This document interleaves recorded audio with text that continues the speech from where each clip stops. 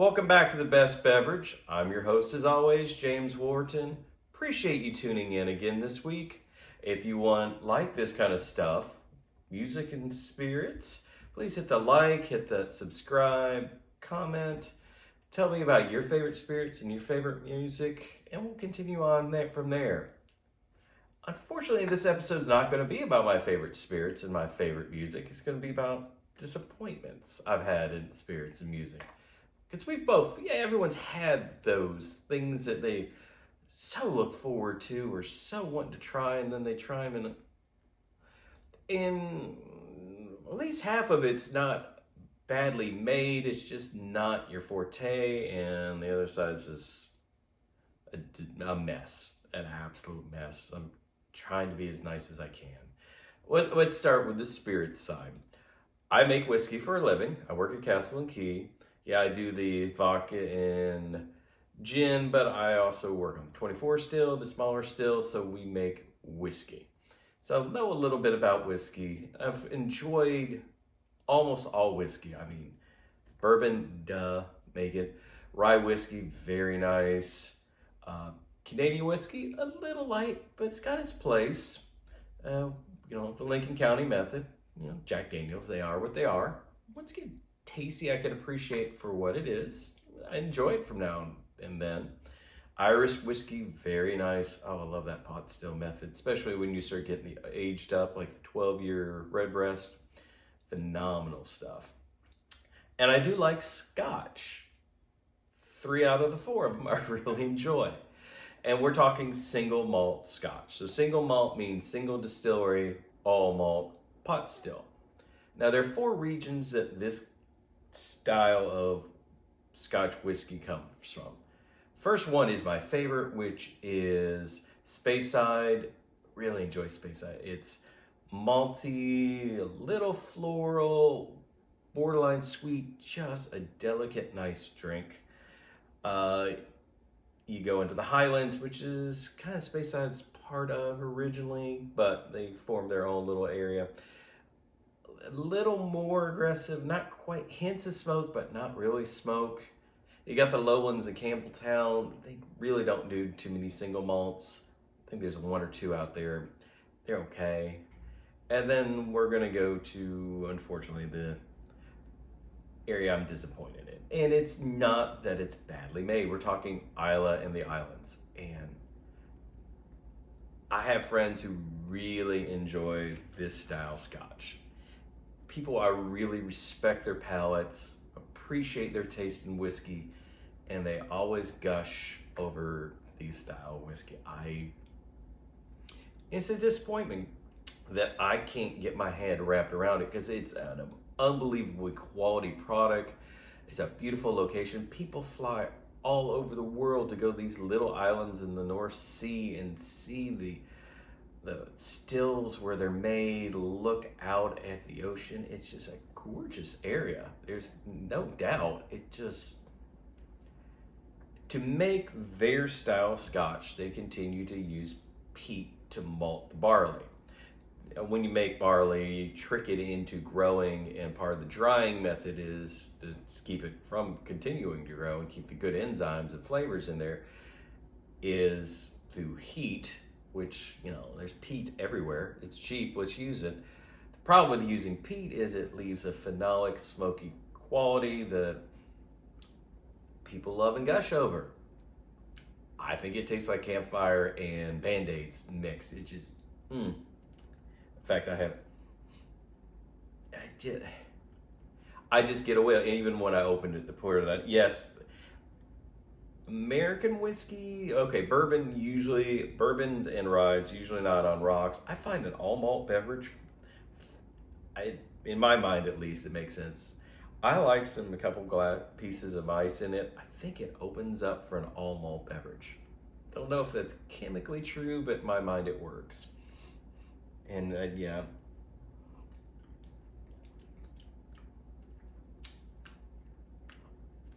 Campfire and Band-Aids.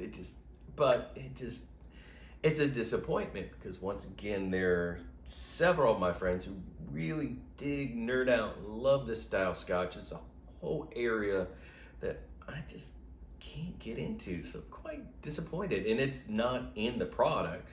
The product is unbelievably well made. It's disappointment in me. And it's kind of weird. It's that early step, but it goes on. The smoke lasts through the mashing, it lasts through fermentation, it lasts through distillation, and it lasts through the barrels, but yet still after 3 years in a barrel, I could still taste that first, early step of just malting and drying the barley. It just sticks. And unfortunately, Mezcal, which is also a wonderful predecessor, a little wilder version of tequila, they smoke the agave in pits. Taste that smoke. Rausch beer, which is an Oktoberfest smoke style Marzen. It's a German beer. Taste that smoke. It's just something about smoke and me don't get along. So it's a disappointment. So have another sip.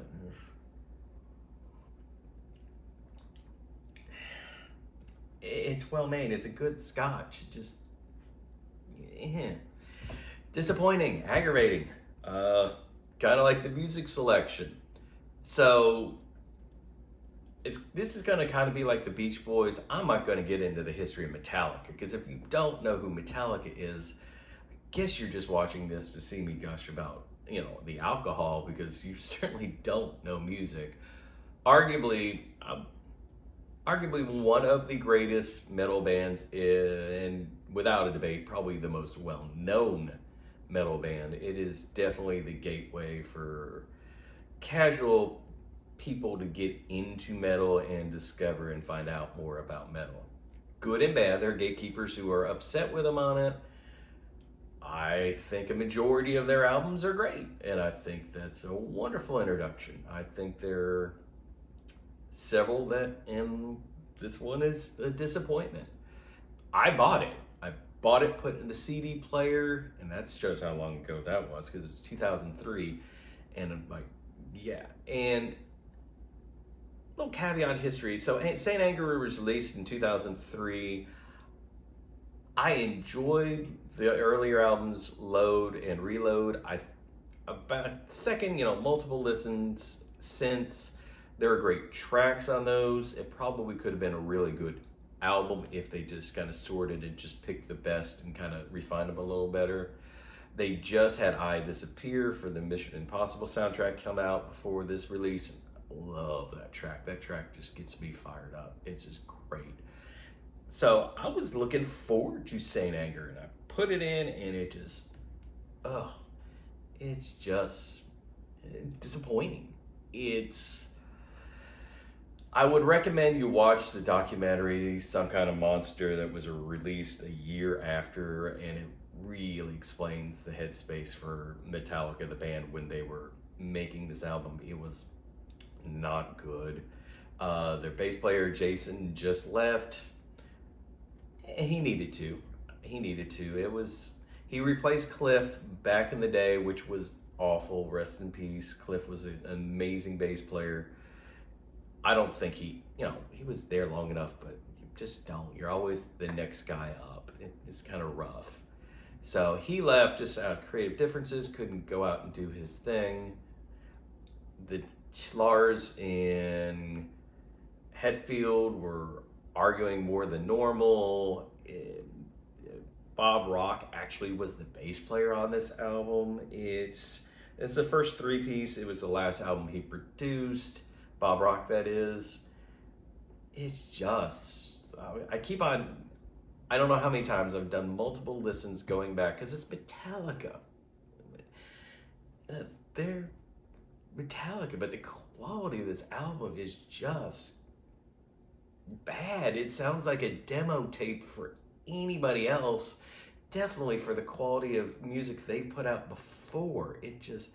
Lars is tuning on the drums, which is very contentious. I think it's awful. We say sometimes when we see car colors out there and we say it's a choice. No, that is just a bad choice. It's awful. The lyrics are phoned in. It's, like I said, it sounds like a demo anywhere else. It's just so disappointing, especially when you buy your hard-earned money. like I'm getting really, as you can tell, it's let down. It's because it's Metallica. They're the Mount Rushmore of metal out bands. Fortunately, I think what kind of happened, they just got too big and nothing that had failed. I mean, shoot, they won a Grammy for metal on this, which tells you about the Grammys because they didn't get the first Grammy for metal and it went to Jethro Tull. So the Grammys and metal do not have a great track history, but that just explains a lot. It kind of had to happen. I've seen some reviews where Bob Rock talks about he didn't produce that. He just put an album out to keep the band together. It was their low point, and thankfully after that, they had a new bass player come in, thankfully Robert, and a definite upswing 5 years later with Death Magnetic. The next three were really great back to hard rock metal bands. It was just so much better. Of course, when you're in the very, very base of the valley, but no, I would say for music, especially for me, growing up, knowing Ride the Lightning, knowing the Black Album, I think it's more of a disappointment for me than people were with the Black Album, because at least the Black Album was well made. You might not like their music choices, but it was a well-made album. This is just, So, those are my disappointments. Scotch, which is unbelievably well made, a quality product if you like smoky stuff, and some people really dig those flavors. Check out a good Isla Scotch. It's nice if you like those flavors. If you don't, and they stay with you. Anytime I've hosted or been part of a tasting, you save these for last, because once you taste it, it's there. It just sticks. Kind of like that smoke sticks all the way through the process. It sticks. Once you taste it, you can't go and taste something lighter. You got to stick with what you have. And then Saint Anger, just disappointment. Thankfully, they went back to doing good hard rock and metal. Thank you. I mean, 72 Seasons, their latest release, great album. But sometimes even the biggest have to take that stumble, get a little humbled, and learn how to put things back together. And watch the documentary. It's really interesting to just see what a mess they were in. And it makes sense listening to the album. That's what was going to come out of that kind of train wreck where they were. In a couple of weeks, we're going to go back to good stuff and less disappointments. We're actually going to go to the islands, a great pick from a dear friend from Florida. I'll see you in a couple of weeks. And share whatever, spirits or music you were kind of just disappointed in. And also, caveat, I know a few people who enjoy this album. That's awesome. It just kind of like with the Scotch, just didn't hit me well. Yeah, just didn't. But we'll see you in a couple weeks. Enjoy your spirits and enjoy your spirits responsibly. Music loud. See you soon.